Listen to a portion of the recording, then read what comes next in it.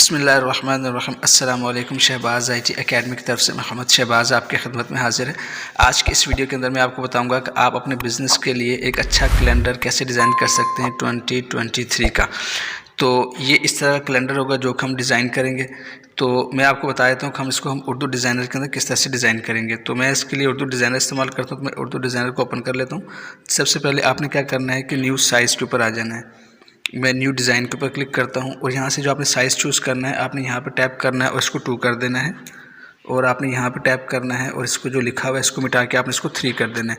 2/3 के रेशियो से हम इसको बनाएंगे। फिर मैं यहाँ पे क्रिएट कस्टम साइज़ इस पर क्लिक कर दिया तो ये मेरे पास साइज़ बन गया।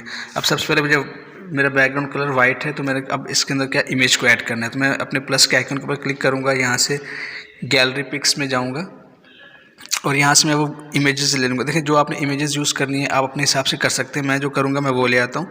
तो मैं सबसे पहले ये वाली इमेज ऐड करूँगा और इस इमेज को मैं क्या करूँगा थोड़ा सा क्रॉप कर लूँगा। क्रॉप के ऊपर क्लिक करेंगे और यहाँ से हम इसको थोड़ा सा क्रॉप कर लेंगे ऐसे करके जितना मुझे इसको इस्तेमाल करना है। तो मैं इसको ऐसे क्रॉप कर लूँगा। उसके बाद मैं इसको अप्लाई क्रॉप करता हूँ और बाद में इसको यहाँ पर एडजस्ट कर दूँगा। यूँ पकड़ के इसको ऐसे कर देंगे। इस तरह से हम इसको एडजस्ट कर देंगे। थोड़ा सा नीचे करना चाहें तो आप यहाँ से इसको थोड़ा सा नीचे कर सकते हैं इस तरह से करके। उसके बाद मैं इसको लॉक कर दूंगा और मैं दोबारा से गैलरी के अंदर जाऊंगा और गैलरी के अंदर जाने के बाद मैं दूसरा इमेज लेके आ जाऊंगा जो कि मुझे यहाँ पे ऐड करना है।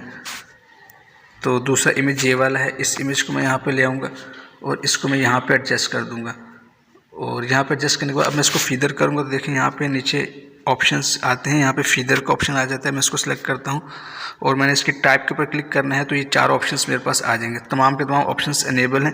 मैं जस्ट यहाँ पे जाऊँगा इसके सेटिंग में और मैं इसका जो फीदर है उसको बढ़ा दूँगा जो इसकी सॉफ्टनेस है। तो मैं इसकी तकरीबन सॉफ्टनेस 30 कर दूँगा और यहाँ से इसको मैं क्लोज़ कर दूँगा और यहाँ से फिर मैं इसको इधर एडजस्ट कर दूँगा। इसको मैं जाऊँगा और यहाँ से मैं इसको लॉक कर दूँगा। उसके बाद मैं क्या करना है नेक्स्ट मैं यहाँ पे ऐड कर लेता हूँ टेक्स्ट को। तो मैं ऐड टेक्स्ट में जाऊँगा और यहाँ पे मैं कैलेंडर ऐड कर लेता हूँ। इंग्लिश वाले को सिलेक्ट करते हैं और सिलेक्ट करने के बाद हम यहाँ पे कैलेंडर टाइप करके ओके कर देते हैं। आपने इसका जो कलर चेंज करना है आप कलर में जा सकते हैं। कलर मैं इसका वाइट ही रखता हूँ और आपने इसका क्या करना है इसको थोड़ा सा ऊपर कर देता हूँ ताकि नज़र आए।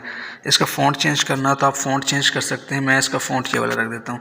अब मैं इसको आप बड़ा कर सकते हैं इस तरह से करके और यहाँ पे आप इसको एडजस्ट कर सकते हैं। कैलेंडर इसको छोटा करना हो छोटा कर सकते हैं, बड़ा करना हो बड़ा कर सकते हैं। It's all depends on you कि आप कैसे इसको इस्तेमाल करना चाहते हैं। अब मैं यहाँ पे कैलेंडर 2023 की इमेज लेके आऊँगा तो मैं यहाँ पे जाता हूँ PNG इमेजेस में जाऊँगा और यहाँ पे ऊपर टाइप कर दूँगा 2023 और इंटर करूँगा। सर्च बार में आप टाइप करेंगे PNGs के फोल्डर में जाके तो आपके पास कुछ रिजल्ट्स आ जाएंगे। आप इनमें से जो इस्तेमाल करना चाहें वो कर सकते हैं। मैंने जो अपनी वीडियो के अंदर इस्तेमाल किया था मैंने ये वाला किया था। तो इसको मैं डाउनलोड कर लेता हूँ और डाउनलोड करने के बाद इसका जो साइज़ है इसको छोटा कर लेते हैं और छोटा करने के बाद आप इसको यहाँ पे एडजस्ट कर सकते हैं।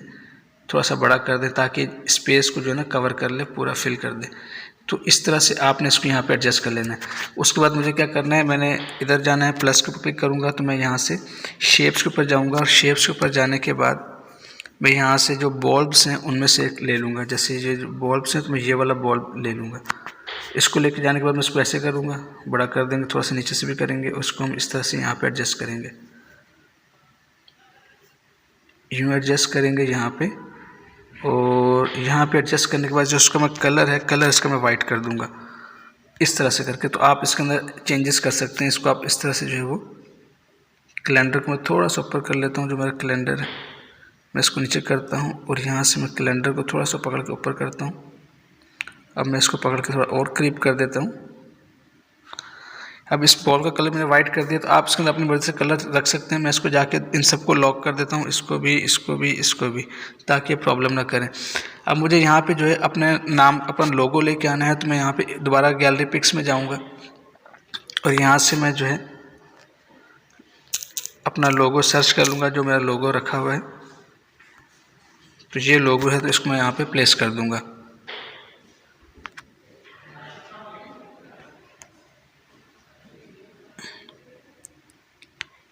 इस तरह आपका जो आपने लोगो बनाया हो आपने उसको जस्ट यहाँ पे जाके प्लेस कर देना है। तो इस तरह से आप प्लेस कर देंगे। इसका साइज़ मज़ीद छोटा करें, आपका जो लोगो है वो बना होना चाहिए, तो यहाँ पे ले दिया। अब मुझे क्या करना है, यहाँ पे कैलेंडर को ऐड करना है, तो मैं यहाँ पे जाऊँगा दोबारा से और पिक्स में। देखिए आपने क्या करना है, आपने गूगल के ऊपर जाके 2023 का कैलेंडर जो है वो सर्च कर लेना है। जब आप सर्च करेंगे तो आपके पास इस तरह की PNGs कैलेंडर की नेट पर अवेलेबल होंगी 2023 की। तो मैं इसको जाता हूँ क्रॉप कर लेता हूँ, और क्रॉप करने के बाद ऊपर से 2023 में हटा देता हूँ क्योंकि ऑलरेडी आ चुका है। इसको मैं अप्लाई क्रॉप करता हूँ। तो इस तरह से आप जो है ना, जो कैलेंडर्स हैं बने बने नेट के ऊपर अवेलेबल हैं, तो आप इसकी PNG जो है वो नेट से डाउनलोड कर लेंगे। ये कर दिया, उसके बाद मैं इसको भी लॉक कर देता हूँ ताकि ये डिस्टर्ब ना हो। लोगो भी लॉक कर दिया। अब मैं क्या करता हूँ, यहाँ पर एक लाइन ऐड कर दूँगा। तो मैं प्लस के ऊपर क्लिक करता हूँ, शेप्स में जाएंगे और यहाँ से एक लाइन को हम लेकर आ जाएंगे जो कि साइड के ऊपर हमने लगानी होगी।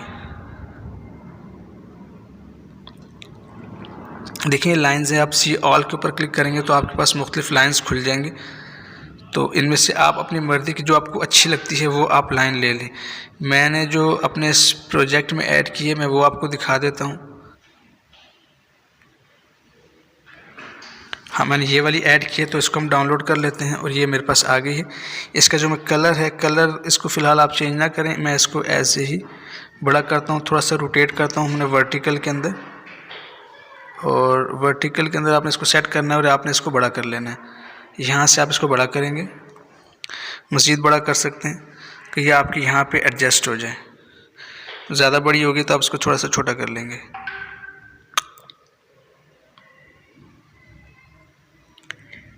इस तरह से करके अब इसको आप बड़ा करें ताकि ये प्रॉपर तौर पे पूरे पेज को कवर कर ले। तो इस तरह से आप इस लाइन को यहाँ पे एडजस्ट कर सकते हैं। अब नीचे मुझे सोशल मीडिया के लिंक्स लगाने, तो देखिए मैंने ना, आप PNGs में जाएंगे और यहाँ से आप सोशल मीडिया के लिंक्स को 1 बाय 1 ला सकते हैं। तो यहाँ देखिए सोशल मीडिया होता है, तो आप यहाँ पे जाना है तो आपने इसके लिंक्स को लेके आना है सोशल मीडिया के। ये सोशल मीडिया है, यहाँ पे जाएंगे तो आपने तमाम अपने आइकॉन्स को लेके आ जाना है। अब मैंने क्या किया हुआ है, मैंने अपने लिए आइकॉन्स अलग से डिज़ाइन किए हैं। जैसे मैं माय फोल्डर में जाता हूँ तो माय फोल्डर के अंदर मैंने अपने सोशल मीडिया के जो आइकॉन्स हैं उनको डिज़ाइन करके ग्रुप करके रखा हुआ है, ग्रुप की एक्सपोर्ट किया हुआ है। देखिए मैं इसको क्लिक करता हूँ तो मैं ये ले आता हूँ। तो आपने अपने फारे वक्त में आपने अपने सोशल मीडिया के आइकॉन्स को उस तरह से सेट करके यहाँ पे ले आना है। अब मैंने कुछ नहीं किया, मैंने तमाम आइकन्स को अलग अलग लेके आया, इनको इकट्ठा किया, आगे अपना नाम लिखा, एक बॉक्स ली, उसके अंदर उसको आउटलाइन दे दी, कलर रिमूव कर दिया और बाद में लेयर में गया, और लेयर में जाने के बाद मैंने 2-3 को पकड़ा और पकड़ के मैंने इसको यहाँ से ग्रुप कर दिया।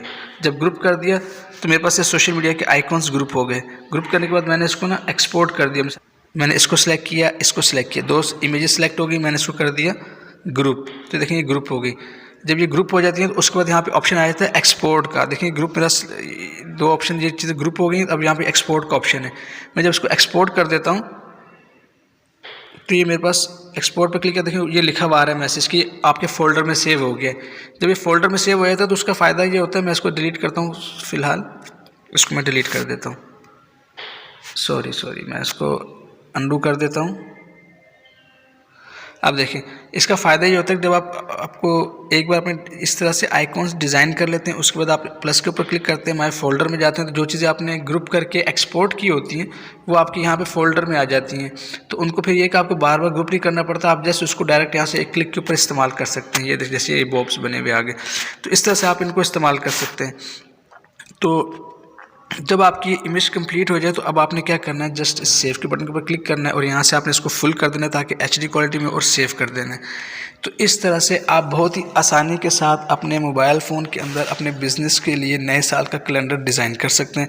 अब देखिए डिज़ाइन हो गया है, तब हम इसको जाके देख लेते हैं कि कैसा आया है।